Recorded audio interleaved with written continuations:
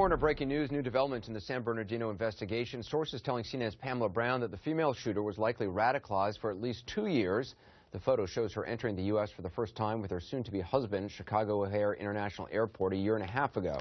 In his rare Oval Office address last night, President Obama vowed to defeat ISIS using basically the same strategies currently in force. The strategy that we are using now, airstrikes, special forces, and working with local forces who are fighting to regain control of their own country, that is how we'll achieve a more sustainable victory. And it won't require us sending a new generation of Americans overseas to fight and die for another decade on foreign soil. Well, critics of the president say that those tactics aren't working. ISIS is attracting new recruits, inspiring attacks in the West, including in San Bernardino. Joining us, CNN national security commentator Mike Rogers, former chairman of the House Intelligence Committee. Also, Ali Soufan, a former FBI supervisory special agent. Chairman Rogers, the president clearly saying the current strategy against ISIS is working and asking essentially for patience from the American people. What'd you think of what he said, staying the course? Is that enough? No, I don't think so. And one of my concerns is that we just don't have the holistic approach to going after ISIS in all its forms. So if you notice, they just talked about setting up a finance meeting. Right after the French attack, they upped the number of attacks on the logistical oil-producing, oil transportation nodes. All of that should have been done in that first year. So it tells me that these are reactionary events, and it's not a strategy.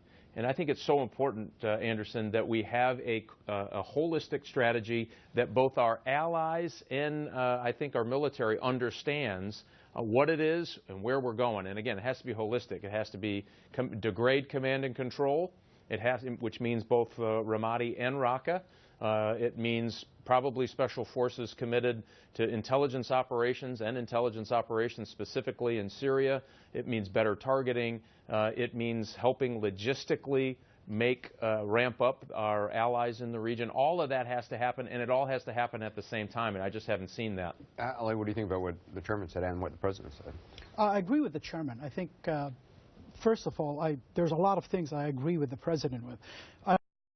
With him when he started to talk about the ideology and working with communities around the Muslim world, in the United States and around the Muslim world. The U.S. has not been very good at that, countering the ideology. We're still way behind the 8 ball when it comes to countering the ideology. Since 9/11, we didn't do much. We won a lot of tactical victories against terrorism, but I agree with the chairman here. We don't have a strategy to combat that type of violent extremism. Some Republicans are talking about, large numbers of U.S. troops, 10,000 or more. Would that alienate the Sunnis who we need to get support from? Anderson, it took us 10 days to take Iraq. It took us 10 years to get out. I mean, we're still in Afghanistan. It's the longest war.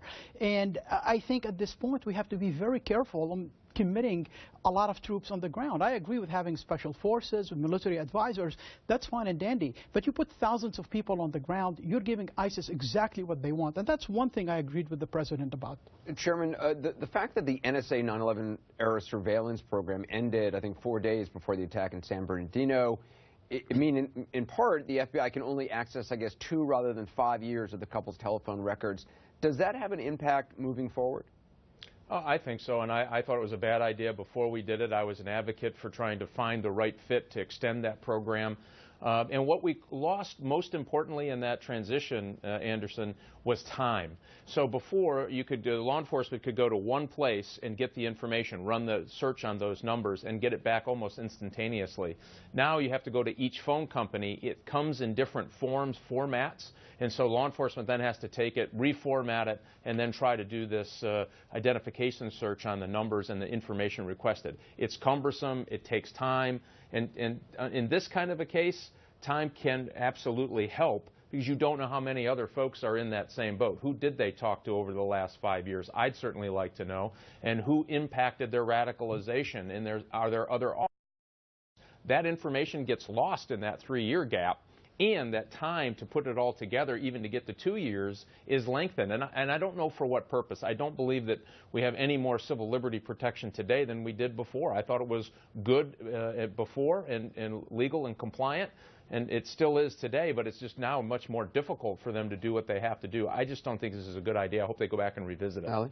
I think another thing that I would like to add to what the chairman said, that we need to find 21st century solutions for 21st century problems. And this phone, you know, I have probably about 4 or 5 different ways to communicate with others without going through a phone company, with doing, you know, total encrypted messages.